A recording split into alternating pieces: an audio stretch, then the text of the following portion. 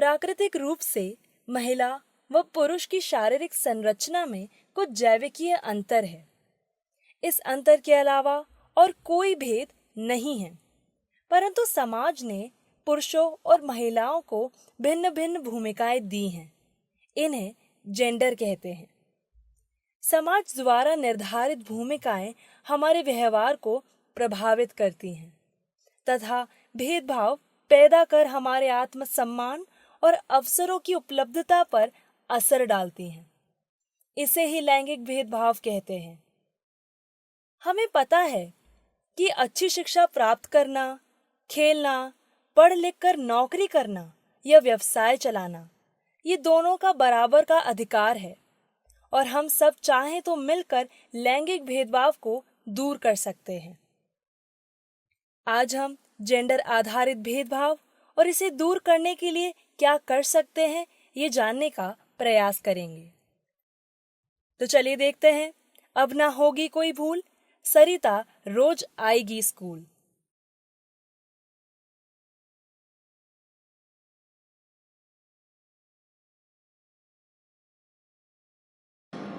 देखो, जुनैद ने कहा पर सरिता के घर वालों ने उसे स्कूल नहीं भेजा।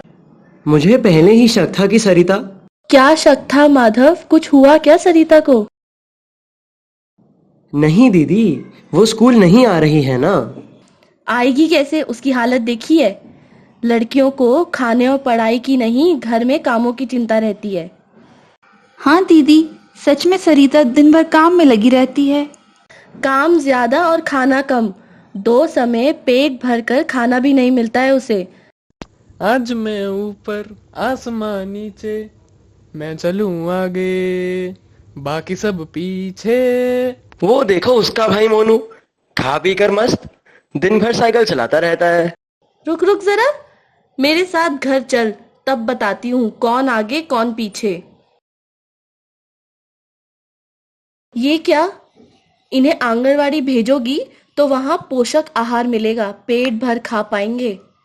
वो मैं तो मजदूरी के लिए निकल गई थी। तो क्या सरिता सबको खिलाती है और खुद कुछ नहीं खाती? कितनी कमजोर हो गई है। मोनू को तो भरपेट देना पड़ता है। लड़का जो है बचा हुआ खा लेती है सरिता। दाल रोटी खाओ, प्रभु के गुण गाओ, और जो बच जाए उसे सरिता को खिलाओ। चुप! उस बचे हुए से सरिता का पेट कैसे भरेगा, सोचा है? तुझसे तो बड़ी है वे। मैं तो स्कूल में भी खाता हूँ, पढ़ाई फिर खाना फिर पढ़ाई।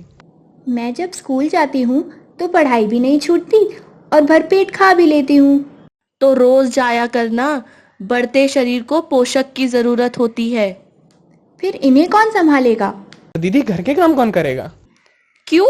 तू क्या सिर्फ खाने और खेलने के लिए है? तुम दोनों मिलकर घर का काम करो और फिर स्कूल जाओ। मेरी मानो, इसे रोज स्कूल भेजो और बच्चों को आंगनवाड़ी। उस दिन मैडम भी आई थी समझाने। मैं ना पढ़ सकी, मगर सरिता को पूरी पढ़ाई करवाऊंगी। ये हुई ना बात, तो तय रहा।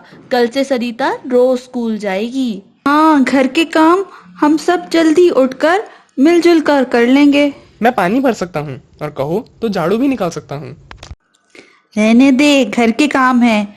तू कोई बाहर का काम हो तो कर देना। क्यों भाभी? मोनू घर में काम क्यों नहीं कर सकता? इस फर्क को हमें बदलना है।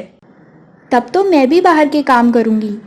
क्या मैं हाट करने जा सकती हूँ? हाँ, इस बार हाट में तू मेरे साथ चलना, पर सामान उठाना पड़ेगा। हाँ, हाट तो गुरुवार को लगेगा। अभी तू मेरे साथ चल, मैं तुझे आयरन और फॉलिक एसिड की गोलियां देती हूँ। वो क्यों? मैं सब किशोरियों को देती हूँ, इससे शरीर में खून की कमी नहीं होती। चल जल्दी से। और दीदी, मुझे क्या दोगी? जिम्मेदारी। सरिता के आने तक अपने भाई बहन को संभाल, माँ खाना बनाएगी।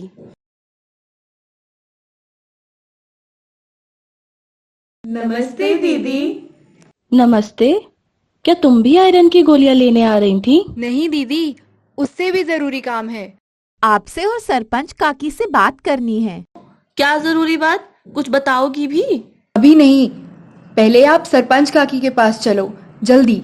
निशा और रुबीना सरपंच काकी के पास क्यों जाना चाहती हैं? ऐसी कौन सी बात है जो वे आशा दीदी और काकी को बताने वाली हैं? जानने के लिए देखें अगला अंक। देखी गई कहानी के अनुसार हम कुछ मुद्दों पर चर्चा करेंगे। माधव को क्यों शक था कि घरवाले सरिता को स्कूल नहीं भेजेंगे? आशा दीदी ने ऐसा क्यों कहा कि लड़कियों को खाने और पढ़ने की नहीं, घर के कामों की चिंता रहती है?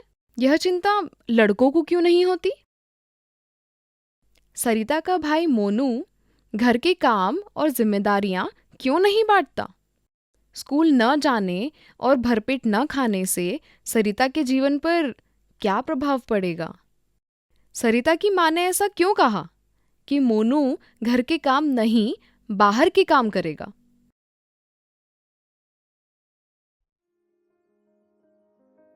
जेंडर की समझ।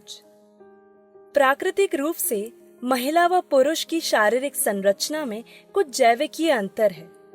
इन्हें लिंग कहा जाता है।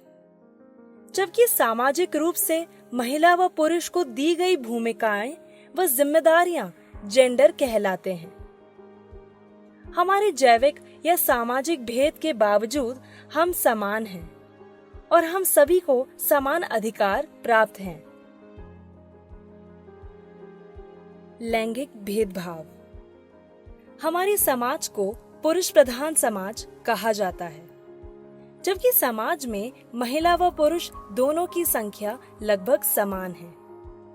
कई लोगों का विचार है कि लड़के लड़कियों से श्रेष्ठ होते हैं। इस भेदभाव की जड़ में कुछ धारणाएं हैं। इससे उत्पन्न भेद कई तरह से सामने आते हैं, जैसे लड़कियों को पेट भर भोजन न देना, उन्हें स्कूल न भेजना, कम उम्र में ही उन पर घर के कार्यों की जिम्मेदारियां सौंपना, उन्हें खेलने के अवसर न देना, उन्हें निर्णय न लेने देना, उन पर रोक टोक लगाना आदि।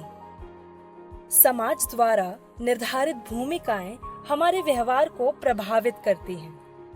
भेदभाव से लड़कियों के विकास के अवसर सीमित हो जाते हैं और इससे उनके जीवन पर नकारात्मक प्रभाव पड़ता है। हमारा प्रयास हो कि समाज में लड़के लड़की, महिला पुरुष में किसी तरह का भेदभाव न हो, सभी को विकास के समान अवसर मिले। लिंग आधारित प्रचलित मान्यताओं को बदलना एक कठिन कार्य है। इसके लिए पहले हमें अपनी और परिवार की मान्यताओं को बदलना होगा। ये धीमी गति से होने वाला परिवर्तन है। परिवार व समाज में बदलाव लाने के लिए धैर्य की जरूरत होगी।